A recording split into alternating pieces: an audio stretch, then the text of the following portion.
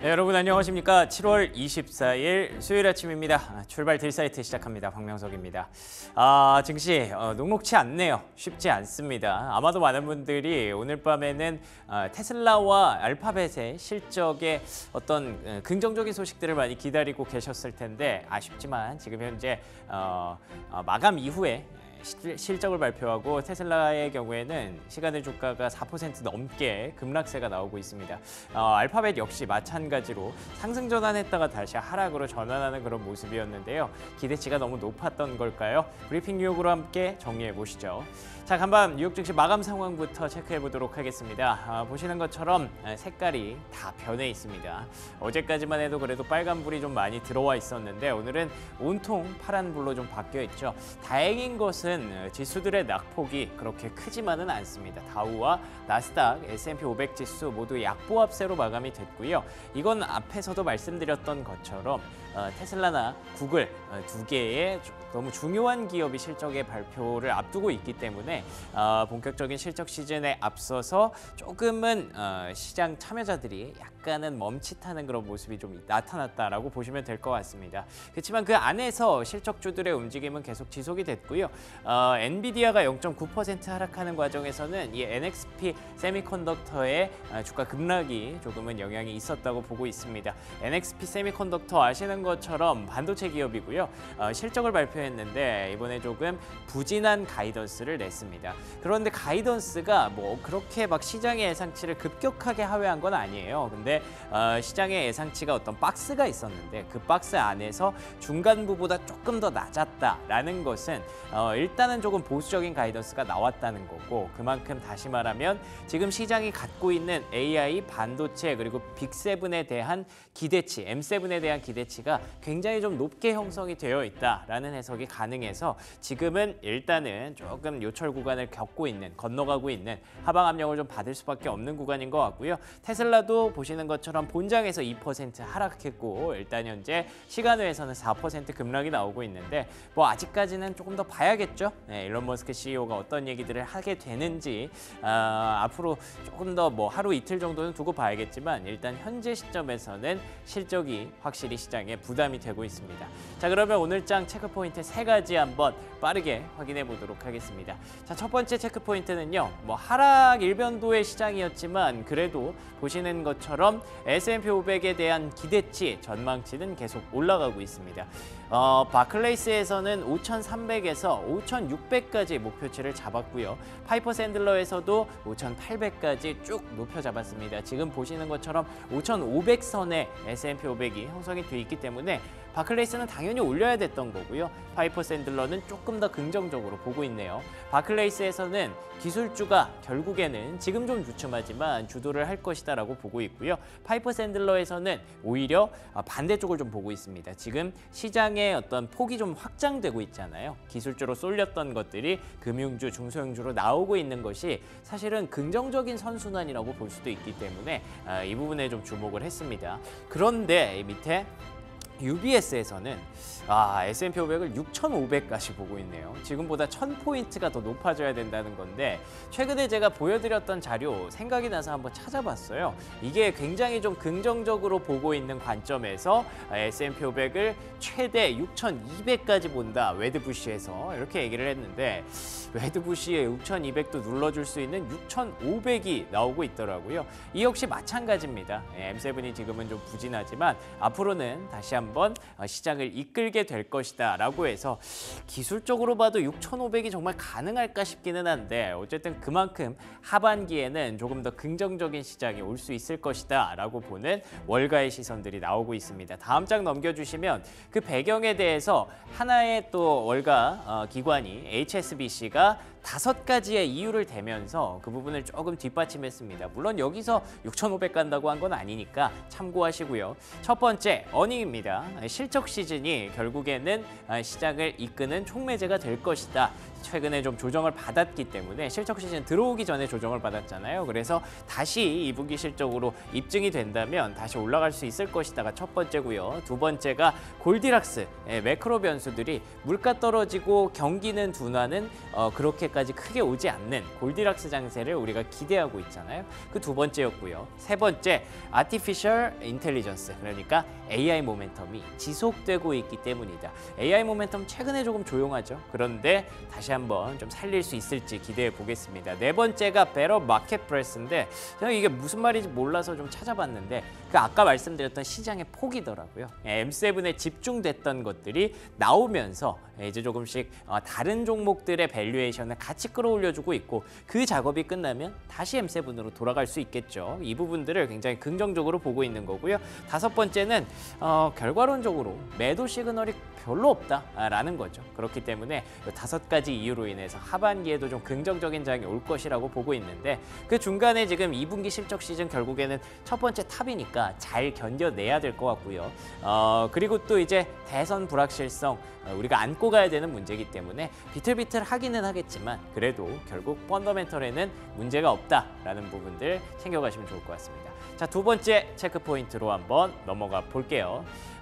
두 번째 체크 포인트는요, 간단하게 지표 하나 나와서 한번 보도록 하겠습니다. 기존 주택 판매, 6월에 주택 판매 미국 지표가 나왔는데요. 보시는 것처럼 여전히 좀 부진합니다. 최근에 모기지 금리가 좀 떨어지고 있다. 그래서 주택 시장이 좀 살아날 것이다. 그런 얘기들을 많은 그 건설주들의 주택 건설주들의 흐름에서 봤고요. 국내 시장에서도 건설주들이 강한 것으로 보여지고 있는데 보시는 것처럼 5.4% 떨어졌고 그런데 미디언 세일즈 프라이스 그러니까 중간 가격 주택의 가격은 높아지고 있다고 하더라고요. 레코드 하이라는 걸 보면 신고가라는 건데 뭐 거래는 떨어지는데 가격은 어떻게 올라가는 거지 하고 다음 장 넘겨주시면 여기서 좀 힌트를 얻으실 수가 있습니다. 보시는 것처럼 일단 그 모기지 금리가 떨어지고는 있어요. 고점 대비해서 많이 내려왔죠. 그러다 보니까 가격이 먼저 반응을 하는 것 같더라고요. 그래서 주택 가격이 이렇게 올라가고 있고 보시는 것처럼 7.79%까지 올라갔을 때 별로 집값이 안 떨어졌더라고요. 그래서 결국 여기서 얻을 수 있는 교훈은 웬만하면 여력되면 집은 사는 게 맞다라는 생각이 좀 드는 것 같고요. 그리고 이걸 따라잡으려면 이 상승세, 이 집값은 계속 올라갈 거잖아요. 그렇기 때문에 금리가 좀 더 내려와 줘야 되는 게 맞죠. 이제는 금리 동결, 인하 얘기를 계속 하고 있는 구간이고 본격적으로 금리가 떨어진다면 모기지 금리도 좀 떨어질 수 있을 것 같아서 주택시장의 활성화는 조금 지연은 되겠지만 지금 기대하는 것보다 조금 연기는 될 수 있지만 그래도 조만간 찾아올 것이다 라는 전망이 가능하겠죠. 자, 그러면 세 번째 체크 포인트 한번 보겠습니다. 세 번째 체크 포인트는 시장의 어떤 흐름들 간단하게 두 가지의 상품으로 한번 체크해 보도록 할게요. 이더리움 현물 ETF가 상장했습니다. 비트코인 현물에 이어서 이더리움 현물 ETF도 이제 승인이 났고요. 상장을 했는데 글쎄요, 뉴스에 팔아라 세로 뉴스가 됐을까요? 오늘은 차익 매물이 좀 출회되면서 이더리움 ETF가 하락했고요. 그리고 유가가 최근에 계속 떨어지고 있습니다. 지금 6월 이후에 최저치까지 여기까지 내려왔어요. 근데 뭐 급격하게 계속 떨어지면 이건 경기 둔화에 대한 우려를 불러일으킬 수 있어서 우리가 생각하는 골디락스 경기가 어쨌든 천천히 조금씩 하락하다가 다시 올라와야 되거든요. 근데 이게 급격하게 떨어지면 그게 이제 걱정으로 갈 수가 있는데 뭐 어쨌든 지금 정도는 아직은 괜찮은 것 같고요. 일단 잘 참고는 하셔야겠습니다만 뭐 기본적으로 유가가 오르는 것보다는 떨어지는 게 낫죠. 그래서 일단은 유가 이렇게 지금 박스 저점까지 내려오고 있다라는 것만 챙겨가시면 좋을 것 같습니다. 자, 그러면 특징주 세 가지 확인해 보도록 하죠. 오늘은 아무래도 실적 시즌이기 때문에 특징주가 훨씬 더 중요한 것 같아서 뒤쪽에 비중을 좀 더 실어봤는데요.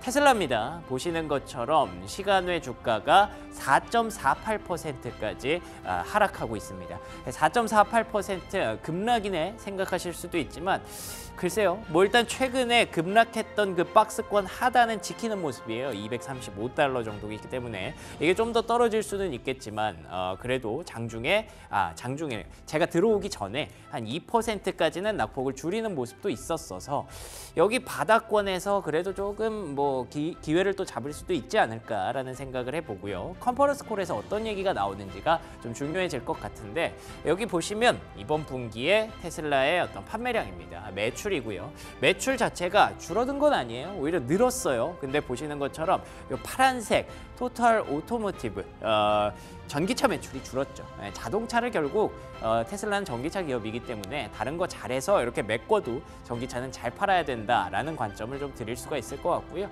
시장에서는 그걸 조금 더 원하지 않았나라는 생각이 듭니다. 그런데 노란색이 많이 늘었죠. 최근에 계속 얘기가 나오고 있는 그 ESS 사업부, 에너지 스토리지 사업부는 확실히 좀 좋아졌습니다. 이게 차량의 판매량의 하락분을 메꿨기 때문에 요거는 우리가 또 투자 포인트로 잘 챙겨갈 수 있겠죠. 국내에서 뭐 서진 시스템이라든지 ESS 관련주들 오늘 어떻게 움직이는지 잘 챙겨보시면 좋을 것 같습니다. 자, 두 번째 특징주 한번 보겠습니다. 두 번째 특징주는 역시나 구글, 알파벳입니다. 오늘 이 두 개 종목이 뭐 거의 얘기의 중심이 되겠죠. 국내 증시에서도 중심으로 활약할 가능성이 높은데 보시는 것처럼 제가 딱 캡처했을 때는 1% 상승하고 있었어요. 이게 처음에 실적 숫자 딱 나왔을 때 2% 하락하고 있다가 그게 차츰차츰 상승폭을 메꾸더니 다시 상승으로 전환이 되더라고요. 그런데 뭐 그렇게 강한 것도 아니고요. 그리고 지금은 또다시 하락으로 전환이 되어 있습니다. 뭐 매출이나 EPS 자체가 나쁘지는 않았습니다만 시장에서 얘기하고 있는 건 그 유튜브 수익이 조금 아쉬웠다고 하더라고요. 사실 저도 그런 것 같아요. 요즘 유튜브를 그렇게 막 끼고 살진 않는 것 같아요. 오히려 다른 것들이 또 볼 게 많아졌고 오히려 쇼츠보다는 뭐 릴스, 메타의 릴스를 조금 더 많이 보는 것 같기도 하고요. 요즘 트렌드의 어떤 흐름을 유튜브가 살짝은 조금 놓친 것도 있지 않나라는 생각을 하고 있는데 그런 것들이 실제로 실적에 반영이 되니까 구글 입장에서도 조금은 대안이 필요하지 않을까 싶고요. 그나마 다행인 것은 클라우드가 미래다라고 적어놓은 것처럼 클라우드 실적은 좋았습니다. 결국 클라우드가 미래다라는 표현은 아시죠? 클라우드에서 돈을 잘 벌어야 그 다음 단계인 AI에 투자를 할 수가 있고요. AI 투자를 할 수 있는 투자자들에게 이렇게 어필할 수 있는 배경이 됩니다. 우리가 클라우드가 이렇게 잘 되고 있으니까 AI까지 갈 수 있는 거고 가야만 한다라고 어필이 되는 거잖아요. 지금 시장에서 조금 걱정하는 게 글로벌 빅테크 기업들이 AI 투자에 너무 돈을 많이 쓴다라는 부분이었는데 그걸 좀 어필할 수 있는 어쨌든 클라우드 실적은 괜찮았기 때문에 그래서 구글 같은 경우에는 테슬라보다 시간의 주가가 조금 더 나은 것이 아닌가. 그래도 어찌됐든 지금 시장이 전체적으로 좀 부담을 갖고 있으니까 하방 압력을 받으면서 현재 시간의 거래에서는 주가가 하락으로 전환돼 있다는 거 여러분 참고하시면 좋을 것 같습니다. 자, 다음 장 넘겨주시죠.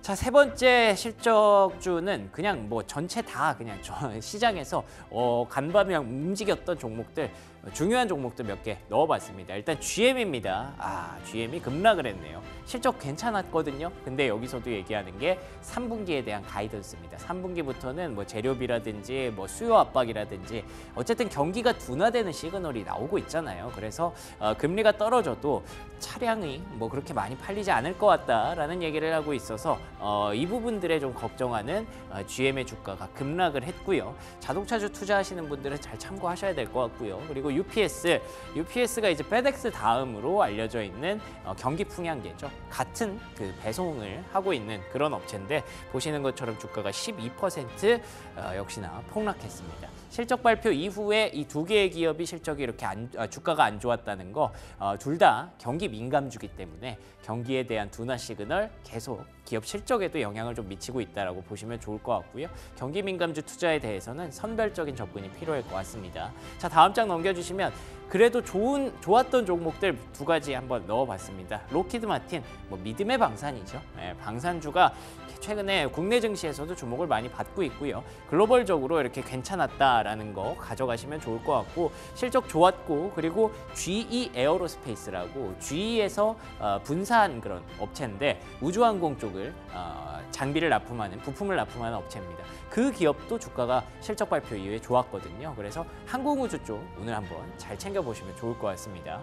그리고 스포티파이 음악 듣는 노래 듣는 그런 플랫폼이죠. 확실히 최근에 플랫폼주들은 분위기가 좀 괜찮습니다. 물론 국내에서는 이제 누가 이렇게 잡혀가고 그래서 카카오 좀 안 좋고 그렇긴 하지만 그 빼면 그래도 플랫폼 종목들은 그래도 광고 매출이 좀 살아나고 있고요. 간밤에 또 아마존 주가는 괜찮았거든요. 그래서 플랫폼주들이 혹시 하반기에 주인공이 될 수 있지 않을까, 스포티파이 한번 참고하시면 좋을 것 같습니다. 자, 여기까지 브리핑 뉴욕이었고요. 조은준 캐스터와 함께 시황 브리핑 이어가겠습니다. 네, 간밤 글로벌 시장 살펴보도록 하겠습니다. 먼저 원달러 환율부터 살펴보시면요. 2.1원 내린 1,386원에 거래됐습니다. 1,389원에 개장한 이후에 이를 고점으로 하면서 하락세를 보였는데요. 1,380원 초반대에 매수세 유입되면서 낙폭을 축소한 모습이었고요. 전날에 뉴욕 증시가 반도체 업종을 중심으로 반등한 데에 따른 위험 선호와 함께 위안화 강세가 영향을 미친 모습입니다. 여기에 엔화도 강세 보였죠. 이 엔화는 일본의 정치 인사권들이 금리 인상을 촉구하는 발언을 하면서 엔화 강세를 보였는데요. 이 달러화보다는 엔화와 위안화에 영향을 받은 모습이고요. 10년물 국채금리는 소폭 하락한 모습입니다. 이 채권 시장에서 트럼프 전 대통령이 당선 가능성 높아지면서 국채금리가 계속해서 상승했던 모습이었는데요. 그대로 상승세는 굳히지 못한 채 보합권에서 하락 마감했고요. 원유도 한번 살펴보도록 하겠습니다. WTI유 1% 이상 하락하면서 77달러 초반대에 거래 마쳤습니다. 미국을 방문 중인 이스라엘 총리가 이 하마스와의 협상에서 인질 석방 진전을 보이고 있다라고 밝혔는데요. 이 중동의 휴전 협상 진전되고 있는 모습 보이면서 원유 하락한 모습이고요. 지난주 2분기 중국의 GDP 성장률이 시장의 예상을 하회하면서 중국 수요가 감소할 거란 우려도 WTI유 하방 압력 가했습니다. 원자재 시황도 한번 살펴보도록 하겠습니다. 인도에서 금과 은에 대한 수입세를 인하했습니다. 이 조치는 세계에서 두 번째로 큰 금시장에서 귀금속에 대한 수요를 더욱 증가시키면서 전 세계적으로 금속 가격에 상승 압력을 가할 수 있는데요. 금과 은은 상승한 모습이고요. 구리는 소폭 하락한 모습입니다. 인도에서 또한 백금도 이 수입세 6.4%로 낮출 것이란 계획을 밝혔습니다. 이렇게 원자재 시황도 살펴보았습니다. 이어서 프리미엄 미국 주식 시작하겠습니다.